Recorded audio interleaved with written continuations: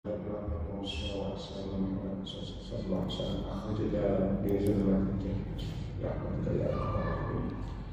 ارزقنا رحم النبيين واحسن المرسلين برحمتك يا ارحم الراحمين والحمد لله العالمين. Insyaallah bersambung dengan yang kita dalam kitab 40 hari peristiwa akhir zaman, masuk lagi yang ke 11 di ke-11 muka surat ke-3, isu yang kita malam ini rasuah berluas. An Mu'adz bin Jabal radhiyallahu anhu qala sami'tu Rasulullah sallallahu alaihi wasallam yaqul khudhul 'ata'a ma dama 'ata'a wa idza sara rashwatan fid din fala ta'khudhuhu wa lastum bitariki yamna'ukum faqru wal hafar atau kama qala rawahu at-Tabarani fi Kabir.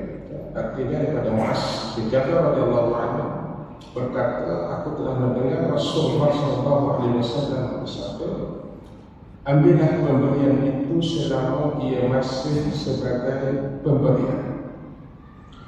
Tetapi apabila ia telah menjadi rasuah dalam pandangan agama, maka jangan kamu mengambilnya. Namun kenyataannya kamu tidak akan dapat meninggalkan rasuah itu kerana kamu takut fakir dan kamu sangat berhajat untuk mengambilnya. Tadi dua kata berarti tidak bermakna. Jadi pada Allah di mana kita lihat di dalam memang rasuah itu pada berlaku dalam Allah. Materi semua ini ialah tanda awal kiamat. Jadi di akhir zaman kita ini dah lama berlaku, maka rasuahnya akan jadi. Kalau Rasulullah sebut ini lebih seribu atau tahun yang lalu. Mari kita lihat menjadi-jadi dalam masyarakat dan juga orang memiliki kuasa untuk membeli pangkat, untuk membeli kedudukan dan sebagainya. Dan orang juga diperlukan untuk mendapat kemudahan dari pihak yang berpangkat, yang berkuasa. Uang adalah Tuhan yang disembah oleh setiap orang yang tamak, setiap orang yang rakus dengan hidup dan dunia selama-lamanya. Dan kadang-kadang sebenarnya kita lihat orang sudah tak mempedulikan sesiapa lagi. Jadi maka musnah akhlak dan runtuhlah segala budi yang wujud hanyalah penindas kezaliman. Dari setiap lapisan sama terhadap lapisan lebih lagi terhadap lapisan memerlukan. Jadi pada Allah terlihat di sini bahawa itulah yang berlaku pada Allah telah menyatakan oleh Rasulullah, menyatakan Allah Ta'ala. Larangan merupakan suatu dosa besar, perlu bertaubat nasuh. Jadi di antara punca yang berlaku atau faktor yang berluasa di rasuah pada hari ini, di akhir zaman ini, pertamanya adalah sikap jahil terhadap agama. Jahil mengenai agama merupakan punca yang utama, yang mana mengapa seluruh individu tak lagi peduli akibat daripada penerimaan kesabaran rasuah. Jadi jahil agama itu menyebabkan mereka yang memberi dan menerima rasuah takut saya terbabit, tak tahu bahawa itu harapan Allah. Jadi dilakukan sebagai masuk. Kita tak boleh tunggu bagi Allah Ta'ala Allah stop daripada perbuatan atau kemungkaran yang dilakukan. Nak tunggu bagi baru kita nak percaya. Jadi kita kena beriman dengan Allah Ta'ala. Kena beriman dengan Rasulullah SAW. Rasul-Rasul itu dia kita beriman dengan Allah Ta'ala. Dia telah turunkan kita. Jadi kalau kita beriman, semua itu tidak menjadi masalah. Jadi itulah di mana kita lihat pada hari ini, kalau mereka itu kalau betul-betul mereka beriman kepada Allah Ta'ala sebenar, mereka beriman pada hari akhirat, maka mereka akan takut untuk melakukan dosa kecil, berbilang dosa dosa. Jadi tadi sebabkan keimanan kepada Allah tadi dan kepada hari akhirat tadi kurang. Iman yang kurang, maka dengan itulah mereka tak rasa takut, tak rasa sesuatu sebagai dosa, tak rasa sebab itu kebiasaan. Jadi kita lihat di sini bahawa walaupun kita disebut kita sebagai negara Islam, sebagai agama asli negara kita, jadi umat Islam selalu dari itulah untuk mengambil iktibar, ambil pengajaran daripada sejarah kegantungan Islam sebelum ini. Terhadap bahasa Rasulullah, kita tengok tidak dengan Islam dengan segi sejarah, kemudian kita tidak lagi mengamalkan syariat Allah Ta'ala, tak lagi mengamalkan syariat Islam. Jadi itu yang terlaku seperti pembunuhan dan sebagainya, berbagai kezaliman. Jadi kita lihat bahawa gejala Rasulullah di negara kita khususnya itu masih lagi boleh dibendung sekiranya langkah-langkah. Sekiranya langkah-langkah seperti penguasa yang tegas, pihak berwajib selain menekan aspek Islam itu sendiri dalam kehidupan masyarakat kita. Jadi kita lihat sebagaimana laporan di tanggal negara kita di tanggal yang ke-62 ada 180 negara dalam indeks persepsi rasuah disebut CPI ini ada tidak 5 tahun lalu lebih daripada ini catatan skor 7 sekali. Jadi kita tak boleh menambah, tak ada tunggu lagi banyak bencana dan orang-orang baru rasa takut dan sebagainya. Jadi kalau kita tengok kegiatan Islam yang lain dari segi sejarah yang kita lihat, mereka sudah tak lagi mengamalkan syariat Islam dalam kehidupan ditimbakan. Jadi salah satu yang Rasulullah ialah dan melakukan perkara-perkara yang dilarang oleh Allah Ta'ala, percaya dengan syariat Allah Ta'ala. Jadi itulah yang penting kita terus berusaha untuk bagaimana sebagai kehidupan dan agama kita ini, supaya kita terus meninggalkan yang tidak berbalik langsung sama ada bersyubhat dan sebagainya. Jadi kita maklum bahawa Rasulullah antara jemaah yang paling bahaya. Jadi akibat anak Rasulullah yang berlaku ini, kita lihat seorang itu akan menggunakan cercahan kutukan Allah Ta'ala dan bagi Rasulullah Sallallahu Alaihi Wasallam. Bukannya kepada diri Rasulullah itu, ataupun kepada diri Rasulullah. Namun adalah orang bertindak sebagai perantara atau penyelesaian sama juga mana yang mengundang musibah, bala dan bencana pada seluruh negara. Walaupun segelintir yang awal yang dapat melakukan kesalahan. Jadi itulah yang lebih menakutkan lagi jika rasuah itu dilakukan oleh orang yang amanah, yang berkuasa, yang berkuasa dan sebagainya itu lebih lagi menjadi rakyat Islam dan sebagainya. Sehingga kita lihat kelakuan yang tidak memoral itulah akhirnya image sebagai Islam menjadi gugur dan juga jadi tercemar di mata bukan Islam itu sendiri. Jadi itulah mana agama Islam telah dengan tegas melarang keras perbuatan rasuah ini, membuat perbuatan tertutup itu. Jadi sungguhnya di mana kita lihat ayat-ayat Allah di hadis Rasulullah SAW di mana menyebut perkara tersebut. Jadi itulah bahawa yang mana tentang betapa bahaya dari rasuah ini dari segala sudut dengan kesannya. Lalu Islam untuk menghentikan atau paling kuat untuk membendung rasuah itu menurut perspektif Islam. Jadi itulah mana kita maklum kata rasuah bahasa Arab. Rasuah itu diambil dengan bahasa Arab itu merupakan jenayah ataupun satu kesalahan undang-undang. Yang mana seseorang itu dapat kebebasan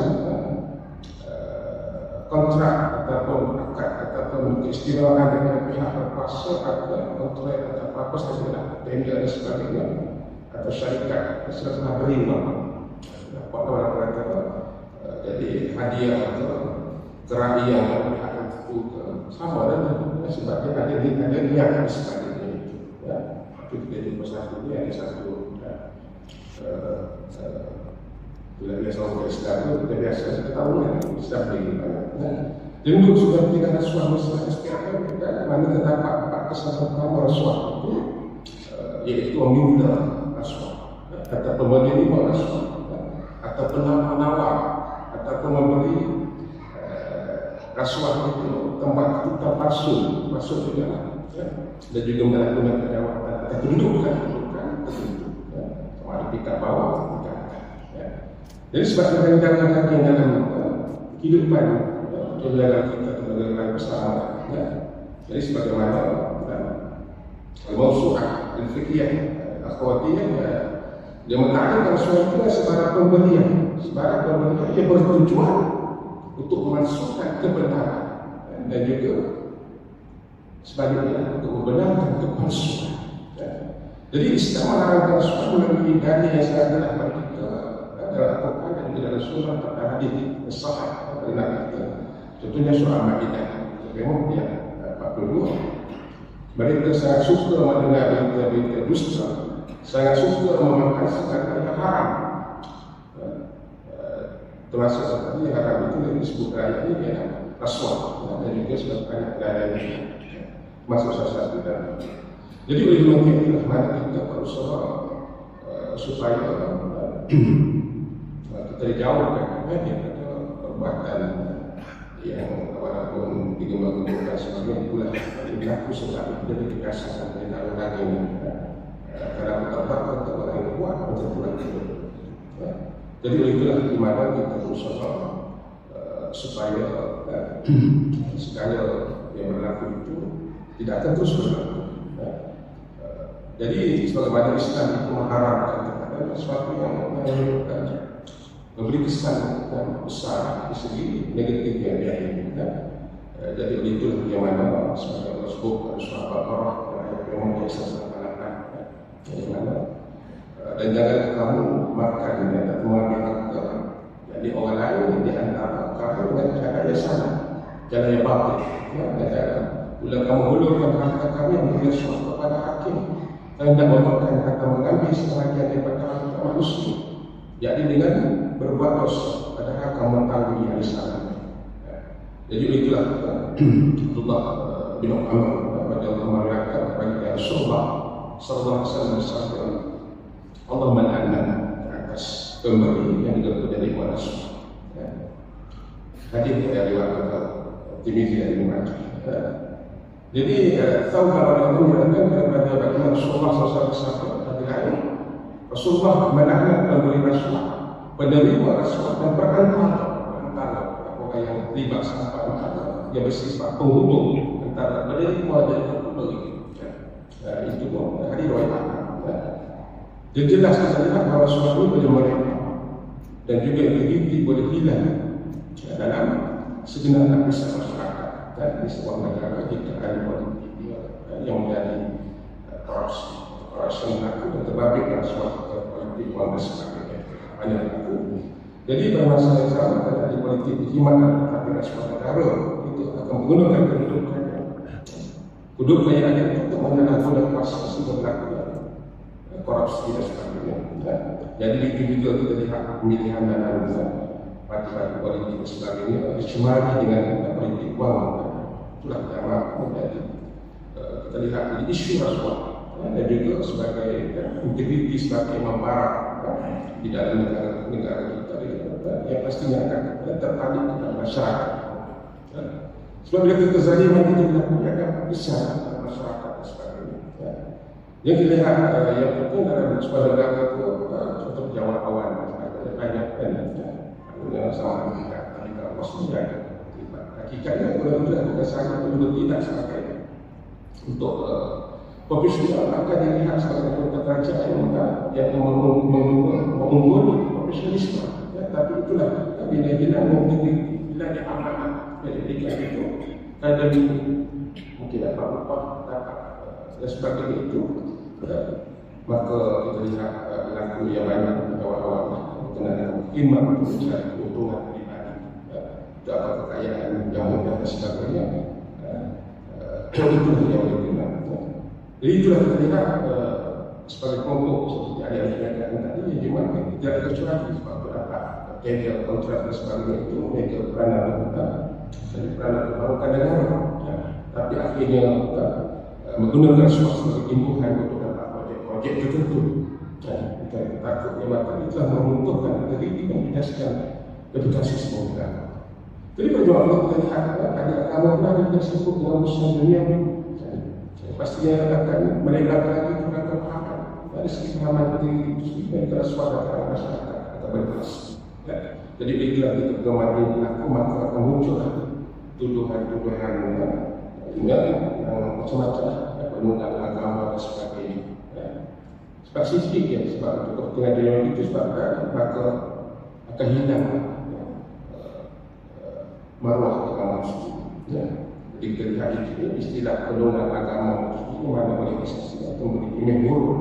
Apabila gemar jadi gemar itu menjadikan produk yang patut jika ada di syariat nasional. Jadi itulah mana jelas ada kuasaan yang tidak dikuati sekadar peluk tubuh saja. Dari kemencakan mati ada pandangan perlindungan dan sebagainya itu. Atau ketulisan yang lain tidak sama. Jadi itulah akibatnya mereka sanggup menerima sodoknya. Itulah kita menerima habuan. Dan ada perawatan menguasai dan undangan dengan mengumpulkan kepada bagi sebab alasan sebab dapat solukan seperti ini. Jadi kita lihat dulu yang dibagi saya masyarakat. Sebab semua Indonesia kita bicara nasional itu berkembang dan penerimaan dan jabatan. Jadi di situ akhirnya telah terlibat dengan hilangnya cara jalankan amanah. Jadi itulah akibatnya suara dan juga korupsi ini masyarakat juga akan menerima kesan secara langsung atau tidak langsung. Jadi itulah kita lihat mana rasuah dan juga pemilihan akan menekan masyarakat dengan berbagai dasar. Rancangan macam apa dan pihak-pihak mereka sehingga menjejaskan kehidupan masyarakat. Itu kesan masyarakat. Dan ada lagi kita amanah rasuah itu berkuasa memberi kesan pada golongan muda yang bakal jadi pemimpin masa depan. Kita takut golongan muda ini ada risiko akan hilangnya arah hidup. Kerana terpengaruh dengan amanah rasuah yang mungkin dianggap nomor dalam masyarakat dan kehidupan pekerjaan dan takdir. Itu yang kita. Tapi walaupun ada berbagai ruang masyarakat ini juga kita terus sedang semata-mata ada dunia kita dapat menjadi sesuatu yang kita fikir akhirat. Jadi dilaksanakan tadi akan warisi amanah rasuah itu juga. Jadi pada orang-orang ini kita tak ada contoh, tak ada lagi suri terhadap positif dalam keimanan ataupun setiap pusat kehidupan. Jadi takut itu apa? Jadi itulah yang mesti moral dan mungkin itu berkembang dari suatu dan mungkin akan negara jadi untung. Muslim kerajaan akan jadi untung. Perniagaan tidak akan maju, persatuan tidak akan melangkah kuat. Itu kesan orang. Jadi memang tentu yang kita tadi kita kena jadi bengkel agama kita yang kuat. Apa-apa kembali balik ada itu yang ada lebih sekarang ini. Mungkin ada kita masyarakat perlu berpegang teguh pada agama Islam. Merasa takut dapatkan. Itu bikin dalam aspek itulah jujur perlu terus dijual dalam kehidupan untuk kita pertahankan. Jadi benteng yang tadi kuat ialah menegakkan amanah, ialah dengan menegakkan amanah serta benar-benar berpegang teguh kepada ajaran agama Islam itu sendiri. Jadi itulah yang penting sebagaimana Rasulullah SAW yang merujuk wahai orang beriman adalah bagian yang Allah dan Rasulullah Dan jangan kamu mengkhianati amanah. Yakni amanah itu amanah kepada kamu. Kamu sedang kamu mengetahui. Kita itulah hidup dalam masyarakat. Sudah kita lihat setiap hidup perlu mengamalkan konsep kita dua menentu. Tak dibiarkan itu. Mana demi untuk kebaikan, kerana dapat mengundang Allah Taala. Ini sama pada pejabat itu yang akan kita kembali. Di mana kami tadi oleh Allah mengatakan Nabi Sallallahu Alaihi Wasallam, agama itu yang bernasih. Kami bertanya kepada siapa wahai Rasul, bagi Nabi, bagi Allah, bagi kitabnya, bagi Rasulnya, bagi pemimpin muslim, dan juga bagi orang. Adik riwayat Muslim. Jadi hari ini di mana riwayat hadis riwayat radhiyallahu anhu Nabi sallallahu alaihi wasallam maksudnya bila amanah disia-siakan, maka kemudian datangnya kiamat. Lalu ada bertanya bagaimana amanah itu disia-siakan? Maka bagi dia menjawab, bila suatu urusan diserahkan kepada bukan ahlinya, maka tunggulah kiamat. Hari yang bukan. Jadi kita tidak mana sesuatu telah melakukan, telah mengkhianati apa yang kita. Jadi kita takut jadi kita untuk kita menangani supaya tidak terus berkuasa kita akan musnahkan dan akan kita lagi akan katakan kemudian Allah Taala bala Allah Taala kita takut kerana bukan tiba kepada orang yang orang lain ada rasa sama takut. Jadi kalau Allah Taala itulah kita walaupun semakin dewasa. Jadi orang Islam itu memang yang Islam sendiri jadi berhadilah. Jadi kita berusaha supaya mampu untuk pastikan supaya tidak dalam kita masalah kesempatan dan iman sementara hidup dunia ini supaya kita dijauhi daripada perbuatan ataupun rasuah itu sama pada diri kita, keluarga kita, pimpinan kita dan sudah kita selesai. Jadi oleh itulah kita berusaha supaya mampu untuk pastikan supaya negara ini tidak bermasalah walaupun Rasulullah kita ni apa memang berluasa. Jadi kita berusaha supaya mampu supaya kita tidak terlibat sama. Dan jika ada terlibat kita mohon ampun atau supaya segala dosa kita buat tidak berterusan kita akan dapat balasan ataupun bila kepada Tuhan. Jadi dalam proses bagaimana sebagaimana kita dalam bahasa yang mana dalam Islam disebut riswah, pasal riswah bahasa rasuah. Riswah maknanya kita lihat yang bagaimana tali yang diikat pada timba masyarakat segi bahasa digunakan untuk mengambil air dari perigi kita dahulu gunakan timba daripada pinang timba untuk itulah asalnya. Jadi menurut Mahyumi riswah itu adalah sesuatu yang diberikan oleh seseorang kepada hakim wilayah hakim berbicara dia ataupun kepada orang lain agar hakim atau orang lain tadi menenangkan ataupun agar hakim itu memutuskan hukuman mengikut dia dapat bagi rasuah dia ini pada pesanan. Jadi itulah kita mengundang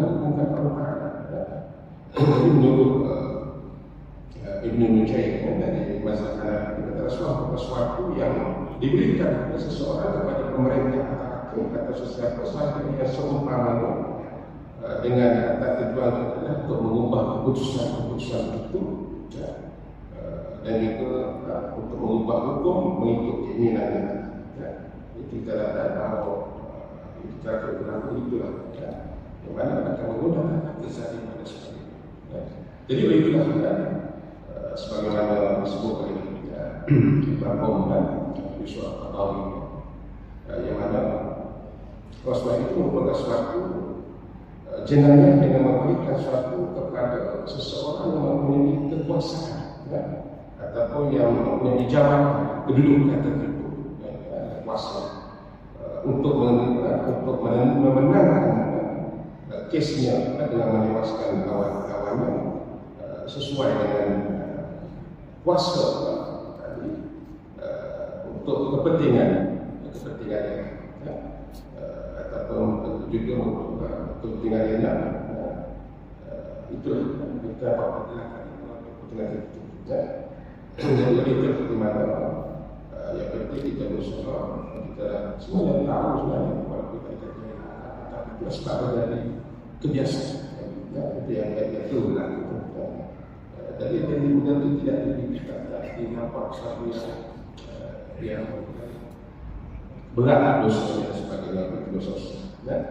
Jadi kalau Allah tadi aksi sebagaimana disebut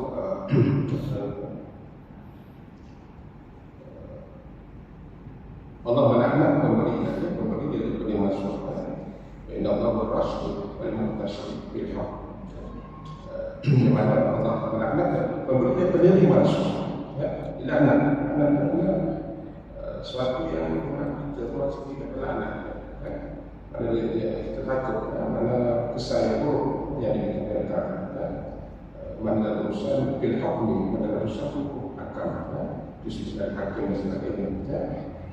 Jadi kita lihat Allah SWT adalah diharamkan secara mutlak. Bagi Islam sendiri disebut secara khusus dalam hadis Rasulullah yang sesuatu diberikan kepada hakim jauh lebih benar kesannya, mana lebih besar kesannya tadi kerana apa yang melibatkan penentuan suatu hukum itu sendiri. Itu berbeda daripada suatu hakim yang sebenarnya ia tidak ada keadilan lagi sebab dia ada ruang di situ sehingga menyebabkan jelas. Satu pun itu mungkin terjadi dia kan, tapi takut sebab malam yang kita berlaku. Dia akan tempat. Jadi oleh itulah di mana segala sesuatu tadi mana dilaknat yang menjadi ataupun menjadi selamat tidak mendapat rahmat bila Rasulullah SAW mana kita itu tidak dapat ini rahmat tidak dapat rahmat tidak dapat kehidupan di dunia ini tidak dapat sebab mati saya tidak kenal di dunia tadi terhadap memberi rasuah dari mana suatu orang perantara rasuah sebagainya yang terlibat. Jadi kita tahu di mana yang memberi kesan barang tidak dapat tidak dapat secara kalau dulu untuk takutkan mungkin bertanya-tanya tapi kan dia bermasa suatu kesaliman sama pada diri dia orang dan sebagainya. Itu yang Allah terjadi kalau itulah orang Islam melarang kepada mereka atau menerima apa sahaja usaha kaitan suara dan dia berdosa tapi juga fakta itu mengabaikan unsur kezaliman. Ya dosa itu dari mana kita sama tapi istilah tidak boleh. Jadi kita lihat sini yang laku dia akan mengambil hak orang lain tadi. Tadi sendiri usaha projek katanya lainnya tidak ada tapi sekarang sudah ada. Kezaliman tidak terlalu dituliskan sebagai kezaliman lain karena kematian dia tidak minta Allah minta utama atas dia ada setakat dengan Allah minta ya sebagai disebut tadi ada suara disebut tadi wala taqulu amwalakum bainakum bil batil surah Al-Baqarah setelah waktu dulu dia dari hukam kita tunggu parikam min amwalin nas bil ithmi wa antum ta'lamun. Jadi lah kita bawa Rasul SAW dan jangan sekadar memakan kaki secara batin, secara tak betul. Masalah dari orang lain dengan kamu dengan anda yang kamu urusan harta itu kepada hakim tersuah terus Allah sebut lah hakim tadi dan itu supaya kamu dapat memaafkan sebagian daripada kedua orang lain tadi dengan jalan batil dengan batil bil ismi dosa padahal kamu tahu. Jadi oleh itu kita lihat pada masa sekarang ada yang tidak tahu kan sekarang ada media semua tahu. Jadi begitulah kita ayat ini Allah terangkan jelas kita dilarang untuk perbuatan seperti ini dan juga oleh undang-undang ini diharamkan di sisi agama Islam. Ya, berdasarkan kita pasti kita tahu satu baik itu akan dikatakan suap jika ada suap atau ada dengan cara diberikan kepada seseorang yang ada tujuan kepada itu. Jadi kita dapat tadi konsep syar'iyyah berkaitan suap ini di mana terbentuk daripada dua perkataan yaitu maqasid syar'iyyah dari sudut bahasanya maqasid merupakan satu kata jamak dan kata maksud disebut dalam bahasa maqasid mana berasal daripada perkataan qasad dan itu bahasa kata syar'iyyah arti yang mana yang membawa maksud menuju ke suatu syar'i dari segi bahasa yang berkatakan syara' kata dasar syara' mana yang membawa maksud doktrin ataupun arahan khusus mana cara agama atau undang-undang. Jadi manakala sebagaimana maksud sebenarnya kita sebagai kebaikan yang diinginkan oleh Allah Taala akan persyaratan hukum syara' itu sendiri. Di mana kita yakin yang bawa maksud kita nak kebaikan maka sesuatu diturunkan oleh Allah untuk menjaga kemaslahatan Tuhan, untuk menjaga kesehatan manusia. Kita tidak mampu karena sebagaimana disebut oleh dikategorikan oleh para ulama kayak maqasid syar'i di mana pada tiga ad-daruri ada yang masalah itu masalah utama dalam maqasid syar'i di mana itulah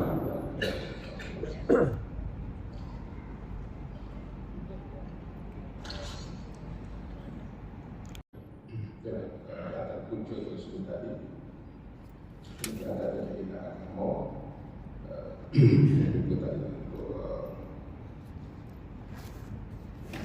terutama yang mana kemampuan atas suami dan suami akan miskin pelakunya tidak ada upaya untuk melakukan perbuatan tersebut.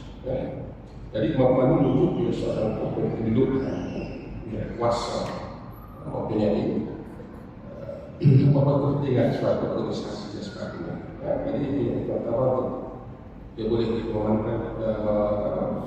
manipulasikan proses-proses kerja dan sebagainya. Tahu kan? Jadi menjadi keyakinan apa perbuatan dia tidak akan kesal. Jadi perintah untuk mengatasi risauan akibat tindakan salah dia buat punca. Betul juga ialah keluarnya ada dalam mata. Yang mana itulah sebagai seorang itu cenderung kepada suami bila melihat jalan untuk melakukannya dengan risiko rendah untuk ditangkap, dibagi hukum dan sebagainya. Jadi peluang wujud itu kerana kelemahan kawan ada kerana ada kerana birokrasi tak ada pengetahuan tak ada sistem rahsia juga tak ada penggunaan pendidikan yang luas sebagainya. Itu menjadi contohnya kaitan dengan prosedur atau dalam pembangunan untuk PDB tak ada banyak lapisan yang ada literasi sebelum diusahakan usaha jadi lambat bila cepat kita ini mengukur antara ini cepat yang cepat pasti lagi komputer susah mereka bahkan pegawainya menawarkan mereka cepat ibuhan iman untuk mendapat proses ayat tersebut. Itu faktor itu ialah tekanan, sama ada tekanan keuangan bagi pihak yang suami, tekanan kerja, contohnya tekanan keuangan masalah hutang, masalah hutang, itu mana? Atau tunggakan bil tertentu yang banyak tak mampu selesaikan masalah keuangan boleh terjadi akibat tidak itu maknanya makan hidup mewah, dibangun kekayaan adat dan sebagainya. Alkohol, judi dan sebagainya mungkin itu disebabkan oleh kenaikan kos hidup yang tinggi benar. Jadi itulah artinya bagi mereka yang mempunyai ada keluarga, istri, anak dan sebagainya. Jadi karena kerja itu boleh berlaku juga soal anak kerja yang dibuat tak setimpal dengan gaji yang kuat dan sebagainya. Penilaian yang dirasakan. Jadi di dunia perniagaan lain kita lihat yang penuh dengan persaingan, maka respon untuk aku untuk memastikan suatu proyek kita akan kaya. Kenapa aku cara sekali? Jadi itulah rasuah mereka bukan untuk pribadi tapi desakan untuk meneruskan kelangsungan sebuah syarikat dan sebagainya. Itu juga yang keempatnya adalah terlihat personalisasi terhadap perbuatan mereka. Itu namanya yang rasuah tak melihat diri sebagai penjenayah. Kita rasa penjenayah. Sebaliknya rasa bahawa ada biasa, dia jujur dekat begitu. Tapi terbatas kadang-kadang salah satunya kewajiban perbuatan salah satu alasan rasional, rasa logik dia. Itu itu. Contoh rasionalisasi dia biasa adalah ini bukan serangkaian. Jadi ini bukan serangkaian. Saya tak ada pilihan. Tuhan pastikan untuk mampukan saya. Wajib kan. Tidak rasa tidak begitu mudah kan. Takkan kata bos boleh masuk, kata saya tak boleh. Takkan gitu. Bukan duit dia pun. Jadi itulah kita mana adalah yang menjadi langkah itulah kita yang mesti ditahu faktor sebab apa berlakunya suatu tadi. Maka soal melaksanakan pencegahan secara berdiri dan tertib. Ialah tadi pada terjebak pada wilayah suatu dulu, itu disokong dengan tabib guru yang baik suatu organisasi tersebut. Jadi kita rakan-rakan sering nasihat atas sistem lain. Kemudian dalam tiga bahagian dia dalam masalah yang kecil. Jadi bagaimana waktu mereka misalnya sebagai benteng dengan akhir adalah integriti. Iaitu integriti seorang yang betul harus diingat ada dapat mengubah diri kita sendiri. Jadi kembali balik kepada Islam insyaAllah. Jadi setelah itu teman-teman ini dibaik ada perjuangan masjid walaupun masalah tersebut dan kemudian teruslah masalah diingatkan supaya kita berwaspada tidak terjebak kita sudah kita selesai kita keumuman malam itulah yang akhirnya berlaku kepada diri wajib perasaan dibantu oleh Islam. Aku lupa dengan wassalamualaikum warahmatullahi wabarakatuh. Subhanallah wa bihamdihi asyhadu an la ilaha illa anta astaghfiruka wa atubu ilaik. Subhanallah wa bihamdihi asyhadu an la ilaha illa anta astaghfiruka wa atubu ilaik. Subhanallah wa bihamdihi asyhadu an la ilaha illa anta astaghfiruka wa atubu ilaik. Bismillahirrahmanirrahim. Al-'asr. Innal insana lafi khusr illa alladhina amanu wa 'amilus salihati wa tawasaw bil haqqi